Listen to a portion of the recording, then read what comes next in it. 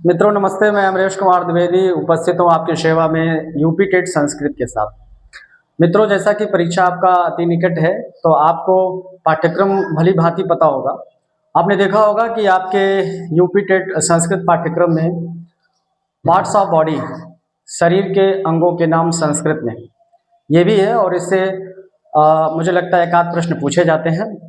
सिर्फ यही भर नहीं है, रसोई की वस्तुओं के संस्कृत में नाम है, फलों के नाम है, फूलों के नाम है, पक्षियों के नाम है, पशुओं के नाम है। इस तरीके से बहुत सारे व्यवहारिक शब्दों के संस्कृत रूप आपके सिलेबस में रखे गए हैं, तो उसे आपको ज़रूर से ज़रूर जानना चाहिए, क्योंकि इससे 1 से 2 नंबर के प्रश्न बनते हैं। और मुझे लगता है कि सिलेक्शन के लिए 1-2 नंबर बहुत महत्वपूर्ण होता है। मित्रों, 1-2 नंबर को आप हल्के में नहीं ले सकते हैं। 1-2 नंबर का महत्व आप उनसे पूछिए। 1-2 नंबर तो शायद बहुत ज़्यादा है, पॉइंट का महत्व होता है कंपटीशन वर्ल्ड में। पॉइंट से लोगों का सिलेक्शन रुक जाता है और उनकी ज़िंदगी बहुत धूमिल हो जाती है, बेकार हो जाती है, और पॉइंट से बहुत लोगों का सिलेक्शन हो जाता है और वो उनके जीवन में खुशियों के रंग छा जाते हैं। तो मित्रों, इसलिए आप से मेरा सादर अनुरोध है कि आप 1-2 नंबर वाले विषय वस्तु को भी आप अच्छे से देखें। मित्रों, आइए हम यहाँ पे कुछ शब्द लिखे हुए हैं, शरीर संबंधी शब्द। यहाँ पे लिखा हुआ है शरीर संबंधी शब्द, यानी कि पार्ट्स ऑफ बॉडी संस्कृत में। इसे आप एक बार देख लें अच्छे से। जहाँ जहाँ हो सकता है लाइट की वजह से थोड़ी शाइनिंग कर रही होगी, उसे मैं बोलूँगा, उसे आप ज़रूर से ज़रूर वीडियो पॉज करके आप उसको देख लीजिएगा, कहीं अलग से लिख लीजिएगा। वैसे तो आपको सारा नोट्स बनाना ही है, तो वीडियो पॉज करके आप जो शाइनिंग वाला पोर्शन है वहाँ पे जो शब्द लिखा हुआ होगा उसको आप ज़रूर से ज़रूर पॉज करके देख लीजिएगा। अच्छा, एक चीज़ और बताता हूँ मित्रों, पार्ट्स ऑफ बॉडी में और भी बहुत सारी चीज़ें हो सकती हैं, लेकिन मैंने सिर्फ उन्हीं अंगों को लिखा है, उन्हीं शब्दों की संस्कृत लिखी है जो मुझे लगता है मेरी दृष्टि में इम्पोर्टेंट है। तो इसे आप ज़रूर देखें। अगर शरीर संबंधी अंगों या शरीर संबंधी शब्दों के नाम पूछे जाते हैं तो इनमें से आपका ज़रूर से ज़रूर मिल जाना चाहिए, ठीक है। तो चलिए देखिए, सबसे पहले लिखा है पैर। पैर या पाँव, है ना। आम बोलचाल की भाषा में पाँव बोलते हैं, गांव की भाषा में पाँव बोलते हैं, और शब्द आपका पैर होता है। तो पैर या पाँव जो भी आपसे पूछा जाए कि इसकी संस्कृत है ना, पैर शब्द की संस्कृत है, 4 ऑप्शन दिया रहेगा। तो पैर की संस्कृत पादः भी होता है, पैर की संस्कृत अंघ्रि भी होता है, और पैर की संस्कृत चरणः भी होता है। एक चीज आपको मैं बता दूं मित्रों, किसी अंग का संस्कृत नाम यदि आपको पहले से ज्ञात है तो उसे रटने की आवश्यकता नहीं है, लेकिन जो नहीं ज्ञात है, जैसे मैंने पैर की 3 संस्कृत लिखी है, तो मे भी आपको पादः पता हो, मे भी आपको चरणः भी पता हो, शायद आपके लिए ये अंघ्रि शब्द नया हो, तो अंघ्रि शब्द पे जरूर फोकस कीजिएगा, ठीक है। जो आपके लिए नया हो उस पर आप जरूर फोकस कीजिएगा, उसको आप जरूर से जरूर जानिएगा। क्या पता आपके भाग्य में वही हो, आपके विकल्प में वही हो। भाई पूछ दिया पैर शब्द की संस्कृत है और आप अंघ्रि नहीं जानते हैं, लेकिन विकल्प में अंघ्रि दिया है। आप पादः पढ़े थे, आप चरणः पढ़े थे, लेकिन आप अंघ्रि नहीं जानते थे, तो विकल्प में अंघ्रि रहेगा और आप नहीं कर पाएंगे। इस नाते आपको अंघ्रि भी जानना चाहिए। तो अगर किसी शब्द के 2 या 1 से ज़्यादा संस्कृत शब्द हैं या रूप हैं, तो उनमें से जो आपको ज्ञात ना हो उसे आप जरूर याद कीजिएगा। जो आपको ज्ञात है उस पर आपको समय वेस्ट करने की जरूरत नहीं है। तो पैर की संस्कृत इंग्लिश में लेग बोलते हैं, ठीक है, या फुट बोलते हैं, उसकी संस्कृत पादः भी होती है, अंघ्रि भी होती है और चरणः भी होती है, ठीक है मित्रों। दूसरा है माथा। माथा, इसे माथा बोलते हैं ना, इसे माथा बोलते हैं। इंग्लिश में इसे फोरहेड बोलते हैं, पता होगा। माथा हिंदी में, फोरहेड इंग्लिश में, और इसी को संस्कृत में क्या बोलते हैं, ललाटम। आपसे पूछ देगा माथा शब्द की संस्कृत है, ललाटम उत्तर हो जाएगा। या आपसे पूछ सकता है ललाटम शब्द का अर्थ है, तो ऑप्शन में सिर भी दिया रहेगा और माथा भी दिया रहेगा। और अगर आप सिर मार दिए, यानी कि सिर वाले ऑप्शन पे टिक कर दिए, तो आपका गलत हो जाएगा, क्योंकि सिर अलग चीज है और माथा अलग चीज है, ठीक। तो इसको ध्यान दीजिएगा। तीसरा लिखा है भौं। भौं, इसे भौं बोलते हैं, इसे भौं बोलते हैं, इसे पलक बोलते हैं, पता है ना। इंग्लिश में इसे आईब्रो बोलते हैं, हिंदी में इसे भौं बोलते हैं। संस्कृत में क्या कहते हैं? भ्रूः। क्या बोलते हैं दोस्तों? भ्रूः। आपसे पूछ देगा भौं शब्द की संस्कृत है, तो ऑप्शन में भ्रूः दिखेगा and that option will be correct, वो सही विकल्प होगा। या भ्रूः शब्द की हिंदी है, या भ्रूः शब्द का अर्थ है, कुछ भी घुमा फिरा के पूछे, कहने का मतलब आप शब्द से परिचित रहिए, ठीक है। तो भौं को कहते हैं भ्रूः। आंख, अब देखिए आंख शब्द की संस्कृत नेत्रम आपको पता होगा, नयनम भी आपको पता होगा, चक्षु अगर ना पता हो तो चक्षु पे ध्यान दीजिएगा, है ना। जो पता है उस पर आप छोड़ दीजिए, उसको छोड़ दीजिएगा, उस पर आप समय वेस्ट मत कीजिएगा। तो फिलहाल आंख यानी कि इंग्लिश में आई बोलते हैं, उसकी 3 संस्कृत है। आंख को नेत्रम भी बोलते हैं, नयनम भी बोलते हैं और चक्षु भी बोलते हैं, ठीक है। अगला पार्ट ऑफ बॉडी है पलक। अभी मैंने बताया इसे पलक बोलते हैं, ये पलक है। इंग्लिश में इसे आईलिड बोलते हैं। क्या बोलते हैं? आईलिड। तो इंग्लिश में आईलिड, हिंदी में पलक, संस्कृत में क्या है? तो संस्कृत में है नेत्रलोम। क्या है? नेत्रलोम। आपसे पूछ देगा पलक शब्द की संस्कृत है, और ऑप्शन में भ्रूः भी देगा और नेत्रलोम भी देगा। अगर आप नहीं पढ़े हैं तो आप कंफ्यूज हो जाएंगे। आई रिपीट वंस अगेन, पलक शब्द की संस्कृत है, भ्रूः भी देगा, नयनम भी देगा, नेत्रलोम भी देगा, चक्षु दे देगा। तो नयनम और चक्षु तो आंख की है, भ्रूः तो भौं की है, तो नेत्रलोम आपका सही विकल्प होगा। ये तब कर पाएंगे जब आपको शब्द पता होगा, शब्द से परिचित होंगे। तीसरा है दोस्तों दांत। दांत जिसे इंग्लिश में हम टीथ बोलते हैं, है ना, प्लूरल में टीथ और सिंगुलर में टूथ। फिलहाल दांत की संस्कृत दंतः आपको पहले से ज्ञात है, दशनः आपको ना पता हो तो दशनः पे फोकस कीजिएगा और ध्यान दीजिएगा, ये इंपॉर्टेंट है। वैसे तो मैंने जितने लिखे हैं अपने दृष्टि में इंपॉर्टेंट ही लिखे। मैंने कहा और भी शब्द हैं और भी पार्ट्स ऑफ बॉडी हैं, लेकिन मैंने उन्हें नहीं लिखा, छोड़ दिया, क्योंकि मेरी दृष्टि में वो इंपॉर्टेंट नहीं थे। मेरे अनुभव के अकॉर्डिंग वो यहाँ पे सुटेबल नहीं था। तो दशनः एग्जाम में पूछा गया है। दांत शब्द की संस्कृत है, बहुत से लोगों को सिर्फ दंतः पता था और दंतः विकल्प में नहीं दिया था, तो इनमें से कोई नहीं मार के चले आए थे, जबकि विकल्प में दशनः दिया था। तो दशनः वहां पे सही ऑप्शन होता है, इस नाते आपको दशनः जरूर जानना चाहिए। दशनः माने दांत। मसूड़ा, मसूड़ा आप जानते हैं, तो मसूड़े को कहते हैं दंत मासम। बिल्कुल सिंपल है भाई, पूछ देगा मसूड़ा शब्द की संस्कृत है, तो दंतम दंतमासम दोनों देगा। तो दंतम तो दंत हो गया, और दंतमासम माने दांत का जो जड़ है, दांत जहां से निकला है, देखें तो वो मांसल एरिया है, इसी नाते उसे हम दंत मांस कहते हैं। क्लियर? तो दंत मांसम, या पूछ देगा दंत मांसम की दंत मांसम का अर्थ क्या होता है, तो दांत भी देगा और मसूड़ा भी देगा। तो लोग दंत देख करके दांत मार देंगे, गलत हो जाएगा। ध्यान दीजिएगा, दंत मांसम का अर्थ होगा मसूड़ा। जीभ जिसे इंग्लिश में टंग बोलते हैं, TONGUE, टंग। तो भाई जीभ की संस्कृत क्या होती है? तो जिह्वा, ये तो सबको पता होगा, इसे रटने की जरूरत नहीं है। रसना, ये एग्जाम में पूछा गया है दोस्तों, ये एग्जाम में पूछा गया है। फिर से मैं कह रहा हूं, मैंने सारा इंपॉर्टेंट छांट करके ही लिखा है, मेरी दृष्टि में ये सारे इंपॉर्टेंट है, लेकिन इन इंपॉर्टेंट में भी जो ज्यादा इंपॉर्टेंट है उसको मैं सर्कल करते चल रहा हूँ। ध्यान दीजिएगा, दशनम, दशना पूछा गया है और रसना भी पूछा गया है। रसना शब्द का अर्थ होता है, ऐसे सवाल पूछा था, तो जीभ वहां पे सही विकल्प हुआ था, इसलिए ध्यान दीजिएगा।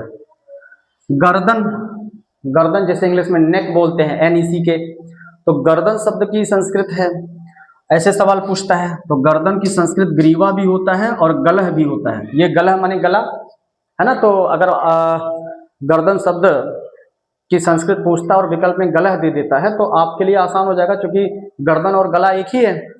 तो गला, गर्दन पूछा माने गला पूछा, गला तो विकल्प में मिलता जुलता, गला दिख जाएगा, आप कर ले जाएंगे। लेकिन ग्रीवा में आप फंस सकते हैं, इस नाते ग्रीवा शब्द को ध्यान दीजिए। तो गर्दन शब्द की 2 संस्कृत है, ग्रीवा और गलह। आपसे पूछ सकता है ग्रीवा शब्द का क्या अर्थ है, ऐसे भी पूछ सकता है, तो ध्यान दीजिएगा। कंधा जैसे इंग्लिश में शोल्डर बोलते हैं, ये कंधा, शोल्डर, कंधा शब्द की संस्कृत स्कंधा, ये भी एग्जाम में पूछा गया है, ठीक है। तो पूछ देगा स्कंधा शब्द का क्या अर्थ है, तो कंधा हो जाएगा। या कंधा का संस्कृत क्या होता है, तो स्कंधा हो जाएगा। कुछ भी घुमा फिरा के पूछे। इधर आ जाइए, बुद्धि, ठीक है, इंटेलिजेंस जैसे बोलते हैं, तो पूछ देगा भाई बुद्धि की संस्कृत क्या है, तो बुद्धि की संस्कृत बुद्धि ही, ये तो आसान है। मनीषा ध्यान दीजिएगा, धी ध्यान दीजिएगा और प्रज्ञा ध्यान दीजिएगा। ये देखिए आपका एक तरीके से पर्यायवाची भी है ये, इसे आप संस्कृत रूप कह लीजिए या पर्यायवाची, आपके पाठ्यक्रम में पर्यायवाची भी है। अगर आप पाठ्यक्रम का अवलोकन किए होंगे तो आप देखे होंगे पर्यायवाची, तो पूछ दिया भाई मनीषा किसका पर्यायवाची है, या पूछ दिया प्रज्ञा किसका पर्यायवाची है, या पूछ दिया धी किसका पर्यायवाची है। तो पढ़े रहेंगे, जाने रहेंगे, तभी तो आपसे बनेगा, इस नाते ध्यान दीजिएगा। तो बुद्धि की संस्कृत बुद्धि भी होता है, मनीषा भी होता है, धी भी होता है, प्रज्ञा भी होता है। क्लियर। अगला है पेट, जिसे इंग्लिश में बेली बोलते हैं, बेली या स्टमक। ठीक है, तो पूछ देगा भाई पेट की संस्कृत क्या होती है, तो उदरम, उदरम। या पूछ दिया उदरम की संस्कृत क्या है, सॉरी उदरम का अर्थ क्या है, पेट हो जाएगा। अगला है कमर, कमर है ना, तो पूछ दे भाई कमर की संस्कृत क्या होती है, तो कमर की संस्कृत कटी भी होता है और कमर की संस्कृत श्रोणी भी होता है। शायद श्रोणी आपके लिए नया शब्द हो, कटी आप पहले से जानते हो, तो जानते हैं तो ठीक है, नहीं जानते तो जान लीजिए भाई कमर की दो संस्कृत होती है, कटी भी और श्रोणी भी। या आपसे पूछ दिया भाई श्रोणी शब्द का क्या अर्थ होता है, सवाल पूछा जाता है, ध्यान दीजिएगा। 1 से 2 नंबर में सवाल इन सबसे आता है, 1 नंबर का दे दे या 2 नंबर का दे दे, लेकिन पूछता है ना। तो आप जानते रहेंगे तो कर ले जाएंगे। श्रोणी माने कमर होता है। फिर दिया फेफड़ा, जिसे इंग्लिश में लंग्स बोलते हैं, तो पूछ दिया भाई फेफड़ा शब्द की संस्कृत क्या होता है, फुफ्फुसम। या पूछ दिया फुफ्फुसम का क्या अर्थ होता है, फेफड़ा। संस्कृत देके हिंदी पूछ ले भाई फुफ्फुसम का क्या अर्थ होता है, फेफड़ा। ठीक है। फिर लिखा है हाथ, पूछ देगा भाई हाथ शब्द का क्या संस्कृत में क्या कहते हैं, हाथ को संस्कृत में क्या कहते हैं, या हाथ की संस्कृत क्या है। तो हाथ की संस्कृत करह भी है, हाथ की संस्कृत हस्त भी है और पाणी भी है। तो भाई हाथ की संस्कृत हस्त आप जानते हैं, करह पाणी जान लीजिए। या पूछ दिया करह शब्द का क्या अर्थ है, हाथ। पूछ दिया भाई हस्त शब्द का क्या अर्थ है, हाथ। पाणी शब्द का क्या अर्थ है, हाथ। कुछ भी पूछ दे तो जानते रहिए, तभी कर पाएंगे। फिर है ठुड्डी, ठुड्डी जिसे इंग्लिश में चिन बोलते हैं, CHIN चिन, ये ना, इसी को ठुड्डी बोलते हैं। तो भाई आपसे पूछ लिया भाई ठुड्डी की संस्कृत क्या है, तो ठुड्डी की संस्कृत है चिबुकम, हनु, 2 संस्कृत होता है। या पूछ लिया हनु शब्द का क्या अर्थ है, इंपॉर्टेंट है, ध्यान दीजिएगा, आपसे पूछ सकता है। तो हनु शब्द का क्या अर्थ है, ठुड्डी। या पूछ दिया चिबुकम शब्द का क्या अर्थ है, ठुड्डी। या पूछ दिया ठुड्डी की संस्कृत क्या है, तो दोनों में से कोई एक रहेगा, या एक विकल्प दे दिया चिबुकम और एक ऑप्शन दे दिया हनु, तो एक ऑप्शन देगा ए और बी, दोनों सही है। जैसे भी आप जानते रहेंगे तो कर पाएंगे। फिर है मांस, ठीक है, तो मांस की इंग्लिश पिशितम भी होता है और मांस की संस्कृत बोल रहा है, मांस की संस्कृत पिशितम और मांस की संस्कृत क्रव्यम। ये न्यू होगा शायद आपके लिए, क्योंकि हाथ पैर कान नाक, देखिए हम कान नाक नहीं लिखे हैं, क्यों, क्योंकि वो सब आसान है भाई। कान पूछेगा तो करड़ा, कान करड़ा आप जानते होंगे।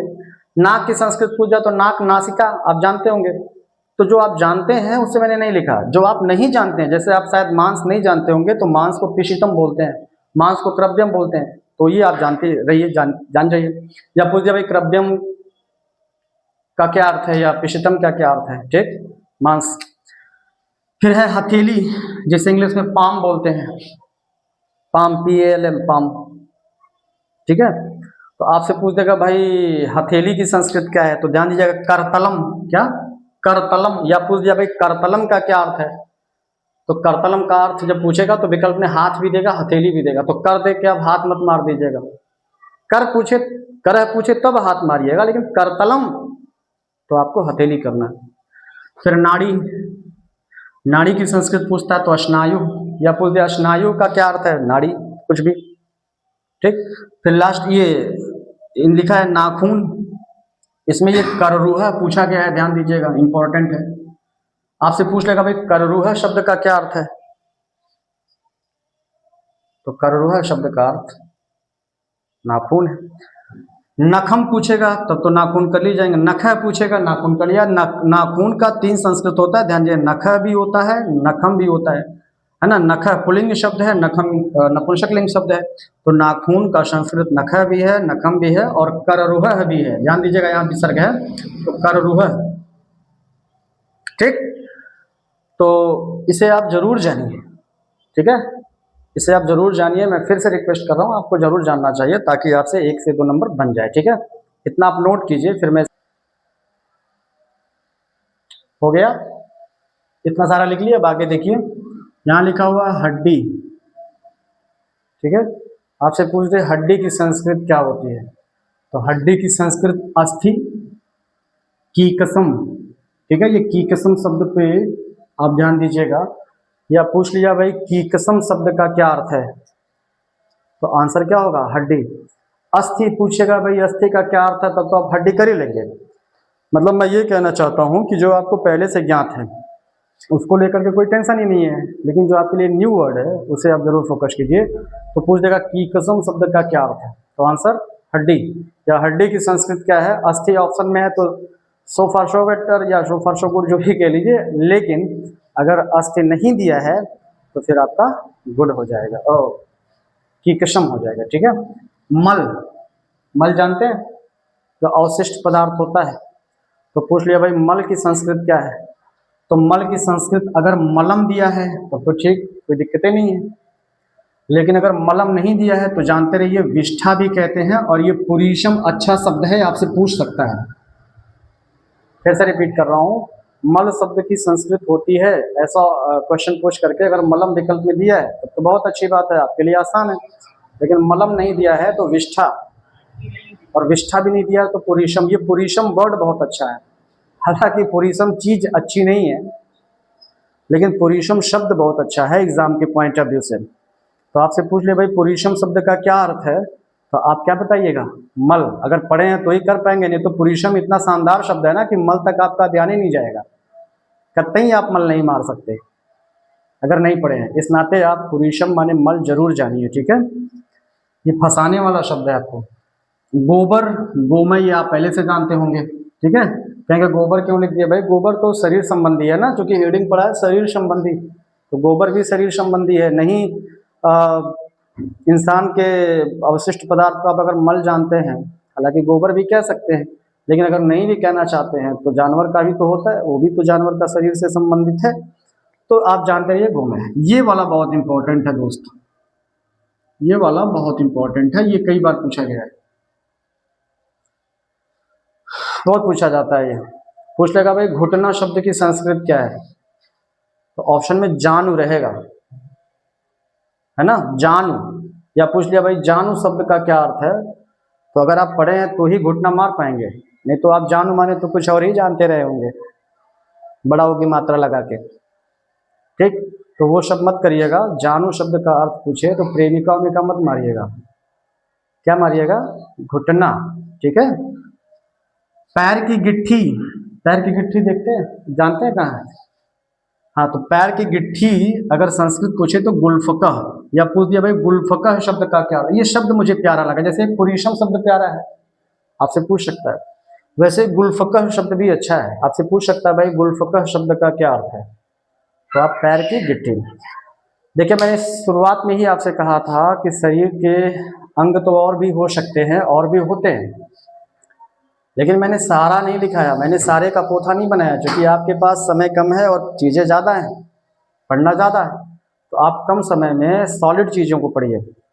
और मेरे अनुभव की दृष्टि में मुझे जो लगा महत्वपूर्ण वही मैंने लिखवाया है, और मैं एकदम पूर्ण विश्वास के साथ कहता हूँ कि अगर शरीर संबंधी अंग, शरीर संबंधी शब्द इस टॉपिक से क्वेश्चन पूछेगा तो इसमें से आपका फंस जाएगा, ये गारंटी है, ठीक है, फंस जाएगा। इससे ज़्यादा आपको पढ़ने की आवश्यकता नहीं है, शरीर संबंधी शब्द की बात कर रहा हूँ।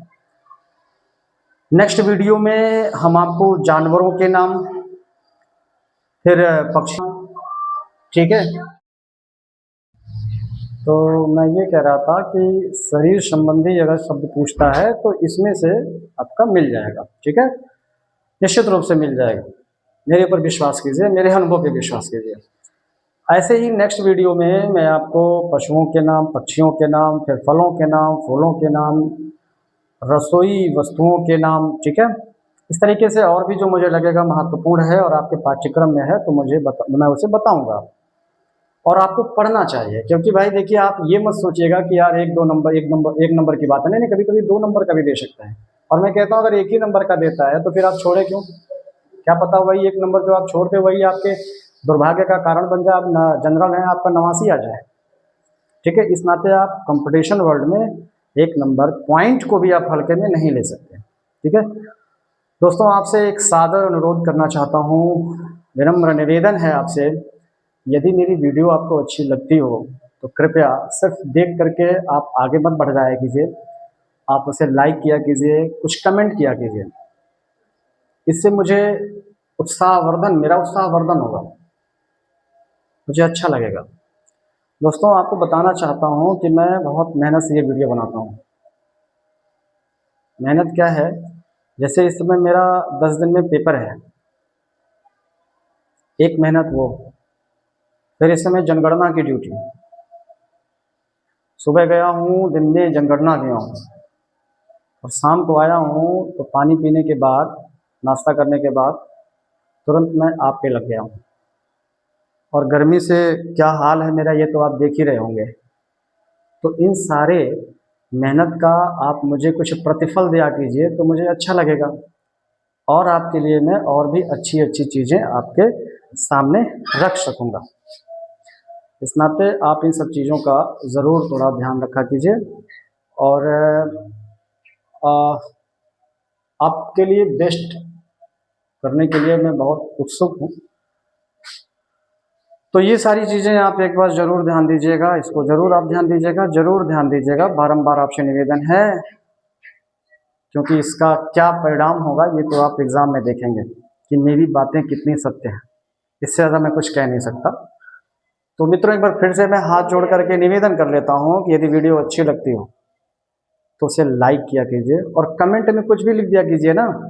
अगर अच्छी लगती हो तो पॉजिटिव कमेंट, कुछ आपको कमियां दिखती हूँ तो आप सुझाव दे दिया कीजिए कि सर ये दिक्कत है, ये दिक्कत है, ये दिक्कत है, मैं उसे इम्प्रूव कर लूँगा। ठीक है, अभी देखिए मेरा ये शुरुआत है। अगर आपसे मुझे मोटिवेशन मिलता रहेगा लाइक और कमेंट के द्वारा तो मैं बेस्ट से बेस्ट आपके लिए करूँगा संस्कृत साहित्य जगत में। ठीक है, तो जो भी मेरे अग्रज हैं उनसे हाथ जोड़ के नमस्ते है, और जो मेरे अनुज हैं उनसे मैं स्नेहपूर्वक ये अपनी बात रखता हूँ।